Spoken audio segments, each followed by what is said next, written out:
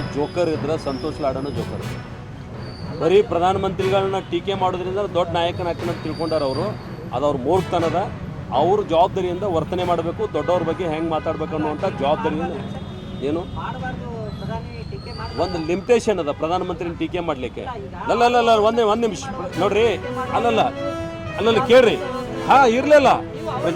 ಪ್ರಜಾಪ್ರಭುತ್ವ ವ್ಯವಸ್ಥೆಯೊಳಗೆ ಎಲ್ಲರನ್ನೂ ಟೀಕೆ ಮಾಡೋಕ್ಕೆ ಅವಕಾಶ ಅದ. ಆದರೆ ಸಂಬಂಧ ಇಲ್ಲದಂಥ ವಿಷಯಗಳನ್ನು ಎತ್ತಿ ಪ್ರಧಾನಿಯನ್ನು ನೇರವಾಗಿ ಒಂದು ಅಗದಿ ಚೀಪಾಗಿ ಮಾತಾಡುವಂಥದ್ದು ಏನದಲ್ಲ, ಅದು ಶೋಭೆ ತರುವಂಥದ್ದಲ್ಲಿ ಯಾರಿಗೂ ಯಾವುದೇ ಒಬ್ಬ ರಾಷ್ಟ್ರೀಯ ನಾಯಕನಿಗೆ ಯಾವ ಭಾಷೆಯೊಳಗೆ ಮಾತಾಡಬೇಕು ಅನ್ನೋದು ಅವ್ರಿಗೆ ಗಮನ ಇಟ್ಕೊಂಡು ಮಾತಾಡಬೇಕಾಗ್ತದೆ.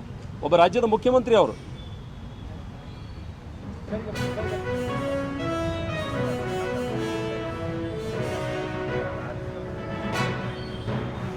ಅದು ಗುಪ್ತಚರ ಇಲಾಖೆ ಅದ ಸಂಬಂಧಪಟ್ಟವರು ಅದ್ರ ಬಗ್ಗೆ ಹೇಳ್ಬೇಕಂತ ನಮಗೆ ಅದ್ರ ಬಗ್ಗೆ ಪೂರ್ಣ ಮಾಹಿತಿ.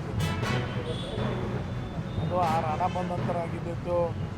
ಈಗ ಅಲ್ಲಿ ಇನ್ನೂ 2 ಮಂದಿ ಬರೀ 4 ಜನ ಅಂದ್ರೆ ಅದ್ರ ಹಿಂದೆ ಮತ್ತೆ 2 ಜನ ಆದರು. ಇನ್ನು ಬರೀ 4 ಜನ ಅನ್ನೋದು ಯಾಕೆ ಸಾಧ್ಯ? ಈ ಮಕ್ಕಳು ಮುಖ್ಯಮಂತ್ರಿಗಳು, ಅದರಲ್ಲೂ ಕಾಂಗ್ರೆಸ್ ಪಕ್ಷ ಕೇವಲ ದುರಾಡಳಿತಕ್ಕೆ ಇಲ್ಲಿ ತನಕ ಹೆಸರಾಗಿತ್ತು.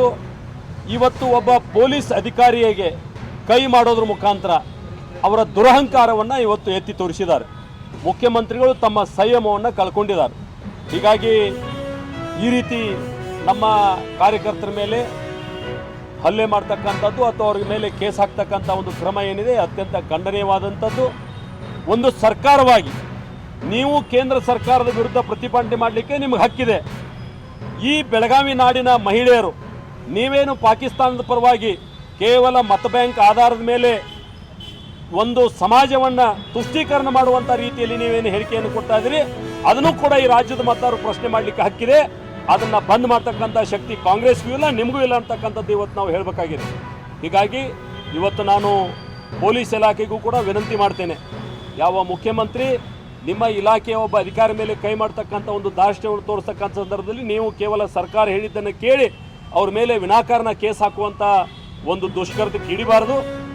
ನೀವು ಅವ್ರನ್ನ ತಕ್ಷಣ ಬಿಡುಗಡೆ ಮಾಡಬೇಕು. ಇದೇ ರೀತಿ ಮುಂದುವರೆದ್ರೆ ಬಹುಶಃ ನಾಳೆ ನಾವು ಒಂದು 10,000 ಮಹಿಳೆಯರನ್ನ ಕೂಡಿಸ್ಬೇಕಾಗ್ತದೆ. ಜನ ಬರ್ತಾರೆ, ಇದ್ರ ಪರವಾಗಿ ನಿಲ್ತಾರೆ, ಆ ಮಹಿಳೆಯರ ಪರವಾಗಿ ನಿಲ್ತಾರೆ ಅಂತಕ್ಕಂಥ ಒಂದು ಎಚ್ಚರಿಕೆಯನ್ನು ಕೂಡ ಇವತ್ತು ನಾವು ಹೇಳಬೇಕಾಗ್ತದೆ. ಈ ವಿಷಯವನ್ನು ತಮ್ಮ ಗಮನಕ್ಕೆ ತರಲಿಕ್ಕೆ, ಈ ಮೂಲಕ ತಮ್ಮ ಮೂಲಕ ರಾಜ್ಯದ ಜನರ ಗಮನಕ್ಕೆ ತರಲಿಕ್ಕೆ ನಾವು ಬಂದಿದ್ದೀವಿ.